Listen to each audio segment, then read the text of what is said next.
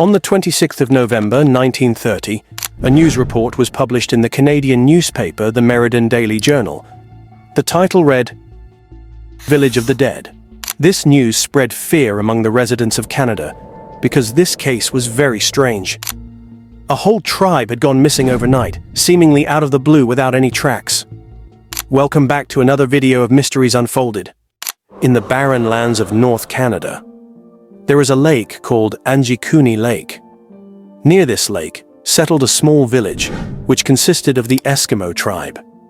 There were a total of around 100 to 150 people who were a part of this tribe. They used to catch fishes from this lake in order to sustain themselves. This is the part of North Canada where only a few thousand people live, in an area spanning over millions of square kilometers. And the reason for this is the harsh weather condition this part of Earth has to offer. Around the Angikuni Lake, people not only hunt for fishes, but also for other animals. And for this same reason, many hunters come by this lake throughout the year. It was a very cold day on November 30th, 1930. A hunter named Joe LaBelle came by this area for his hunt. He was too busy hunting, so he didn't realize how quickly the day had turned into night. He had a backup plan though. He thought that, just like a few times he had done before, he would go to the people of the Eskimo tribe and spend his night in their refuge. The Eskimo tribe was known for their hospitality towards travelers. So, Joe packed his bags and was on his way. It was a moonlit night, but there was not a single noise in the vast woods spanning over several hundred kilometers. No one could be seen or be listened to. Joe could only hear the sound of his own footsteps. Even though Joe had done this before, today seemed kind of strange. Whenever he used to come near the settlement of the Eskimo tribe, he would always hear their dogs barking in the distance. But today, even after getting close to the settlement, it was just dead silence. It was an eerie feeling for Joe. Joe started speeding up his footsteps. He thought maybe the people were sleeping, or maybe they had gone somewhere. Anyway, feeling kind of weirded out, Joe went on. Joe could see the huts of the tribe and even the lit fires near them, but there was not a single sound of any person. Finally, when Joe entered the settlement, he was shocked upon discovering that there was not a single person or any animal present there. But the thing that was most shocking was that there was smoke coming out of the huts, as if people were inside. He randomly went inside a hut, but there was no one inside. And this turned out to be the case for the rest of the huts too.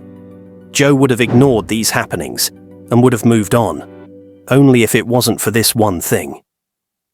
In some huts, there were cooking pots left on stoves. But obviously the food was burnt in them. It seemed like the people were carrying on with their routine, until they all just suddenly vanished. And even the women of the tribe who used to sew clothes.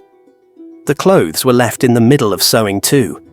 But the question was, where did the people go? Joe LaBelle started to search the village for some clues.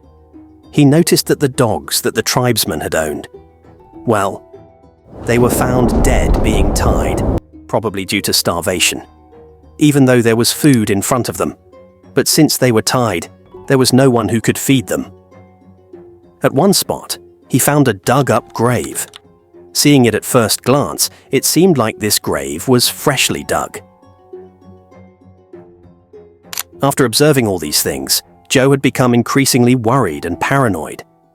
He was all alone in this village, and after seeing these circumstances, it was fair to say that he got very paranoid. Whenever the Eskimo people used to go out somewhere, they always brought their dogs with them. But it seemed this time they didn't. It was obvious that something so urgent or strange had happened, which had caused the people to evacuate their village so suddenly that they had left their dogs, their things, and their food on the stoves. Joe couldn't bear this anymore, so he went on to find the nearest telegraph office as soon as possible. From there, he contacted the Royal Canadian Mounted Police and told them his strange account about the disappearance of the Eskimo tribe. When police got to the settlement, they got to know that everything that Joe had told them was true. At first, the police suspected that someone had attacked the village and killed all of its members. But if that were the case, then there would have been blood marks somewhere, but there were none. And even if there were no blood marks, there would have at least been the bodies of the victims. But again, there were none. The police immediately launched a search operation to find the people of the Eskimo tribe. During this search operation, the police noted one thing that even Joe hadn't noticed. The whole village was covered with snow, and there were no footmarks except one person.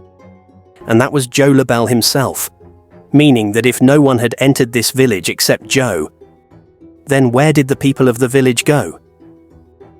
The lake was also frozen, and the boats of the tribesmen were stranded on the ground. Because during this season, the lakes got frozen and there was no way to fish. So people used to park their boats on the ground. If the people had gone swimming through the lake, or somebody had thrown them into the lake after killing them, then the frozen layer on top of the lake would have been broken or messed at some place. Police also got to know that the people had gone missing 8 days before Joe had arrived at the village, because dogs don't die after 1 to 2 days of starvation, and the smoke coming out of the huts was a sign that the people had gone missing at least 1 week before, because this is the kind of smoke which keeps on propagating even after the wood has been burnt completely. The police had many questions, but there were no answers. After months of the search operations, the police had deemed this case unsolved, closing this case forever. As time went on, people also forgot about this strange case. After 50 years of this incident, in 1984, Roger Bohr and Nigel Blundell wrote an article regarding this case and tried to connect it with aliens and extraterrestrial beings. They had written in this article that when they went to explore the area near Angikuni Lake, they encountered a hunter and his 2 sons. They told the writers that they often come across flying saucers on top of the lake, where the Eskimo tribe had lived. So based on this, the writers connected the disappearance of the Eskimo tribe with aliens. But since they did not have any solid proofs regarding this incident, so many people rejected this theory. After this, many people came up with different theories as to what could have happened to the Eskimo tribe. But the reality is that more than 100 years have passed, but this incident still remains unsolved.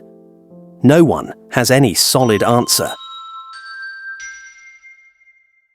No one has any solid answer as to where the people of the Eskimo tribe disappeared without any tracks. The disappearance of the Eskimo tribe remains a mystery to this day. We hope you guys enjoyed this video, and if you have any theories regarding this case, comment them below. Don't forget to like, comment and subscribe. See you in another video.